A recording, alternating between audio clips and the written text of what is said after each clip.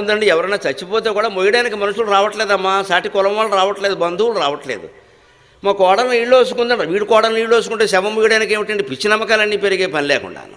అటువంటి సందర్భాల్లో అనాథ ప్రేత సంస్కారాన్ని చేస్తే చక్కని శిశువులు పుడతారు. ధర్మశాస్త్రం తెలిసి చెబుతున్నా, దయచేసి దానికి సహకరించండి, దయచేసి దానికి సహకరించండి. మనిషి పోతే ఎందుకండి ఈ శాస్త్రాలన్నీ పని లేక, అవతల మనిషి పోయాడమ్మా, ఏడుస్తున్నారు వాళ్ళు, వాళ్ళకి ఏం కావాలో అది చూడాలి. పూర్వకాలం వ్యవస్థ ఎలా ఉండేదంటే మా చిన్నతనంలో చూసేవాళ్ళం, ఎవరైనా ఇంట్లో ఎవరైనా పోతే పక్కింటి వాళ్ళు మొత్తం ఆ ఇంటికి సరిపడా అన్నం కూరలు వండి పట్టుకెళ్ళి కూర్చుని తినిపించేవారు. మేము తినలేమమ్మా, ఏడుపు వస్తుంది, ఏడవడానికైనా ఓపుకుండాలి కదమ్మా అని తినిపించేవారు.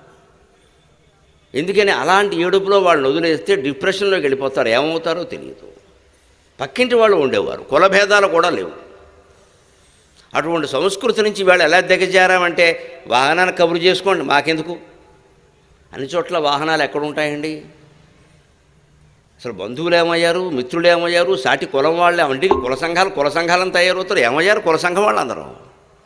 ప్రతిదాని కార్తీక మాసం వనభోజనం అనగానే కుల సంఘం తయారవుతుంది కదా, ఎవరన్నా పోగానే కుల సంఘాల వాళ్ళు రారండి, నిలబెట్టి అడగాలి ఏం చేస్తున్నామని. అక్కడికి అసహ్యాలు వచ్చేస్తాయి, మైలు వచ్చేస్తుంది, అశుభం జరిగిపోతుంది. మొన్న గృహప్రవేశం చేశాం కాబట్టి ఎవరు చెప్పారు? ఎక్కడా లేదు ఇది. మన ఇంట్లో ఈవేళ శుభకార్యం అయినా సరే రేపు అశుభానికి మనం వెళ్ళొచ్చు. ఏ శాస్త్రము దీనికి ఆటంకి చెప్పదు. ఆ మాటకు వస్తే శుభకార్యం వాయిదా వేసుకునేనా పరామర్శకి వెళ్ళి వాళ్ళని కాపాడమని చెప్పింది శాస్త్రం, అంత గొప్పది. శుభకార్యం వాయిదా వేసుకో, అశుభాలు మనం వాయిదా వేయలేం. ఎందుకంటే దానికి ముహూర్తం ఉండదు. పుట్టడానికి ముహూర్తం లేదు మనిషికి, చావడానికి ముహూర్తం లేదు, తద్దినానికి ముహూర్తం ఉండదని పోయినాడు పెట్టాల్సిందే, అమావాస్య అయినా సరే. అమావాస్య నేను తద్దినం పెట్టినంటే ఎలాగా, ఏకాదశి నేను తద్దినం పెట్టినట్టే ఎలాగా, ఇంక మిగిలిన పండుగలు విష్ణుమూర్తికి సంబంధించిన ఏమైనా ఉంటే వాయిదాలు వేసుకుని ఏకాదశి నాడు తద్దినం పెట్టాల్సిందే. ఎందుకంటే పితృదేవతలు మళ్ళీ రారు, విష్ణుమూర్తి ఎప్పుడైనా వస్తాడు.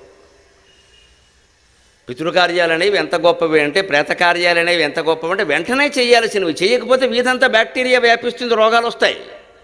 సమస్య అది, అక్కడ సామాజికంగా సమస్య అది. అందుకని ఏమీ ఆలోచించకుండా వెళ్ళిపోవలసిందో. ఇంట్లో కొత్త కోళ్ళ కాపురానికి రాని నీళ్లు వేసుకొని పాలు వేసుకొని మనకు అనవసరమైన విషయం.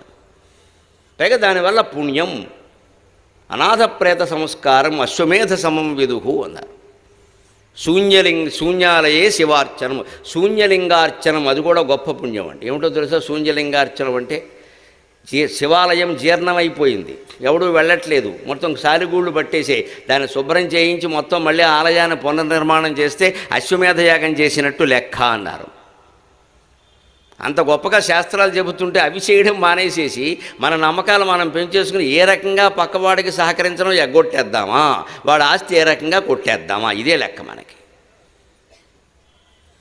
వాళ్ళు ఎవరికి సహకారం లేనప్పుడు మన జన్మదేనికి ఇక్కడ భగవంతుడు ఇవన్నీ చూడడం లేదా? ఈ జనం రూపంలో ఉన్నది జనార్దనుడు కాదా? అందరు హృదయాల్లో ఉన్న పరమాత్మ మన ఆంతర్యాన్ని చూడడం లేదు. ఎవరికి ఉపకారం చేయమా, గుళ్ళో మాత్రం ఊరికే అభిషేకాలు చేస్తాం వెళ్ళి ఇక్కడ.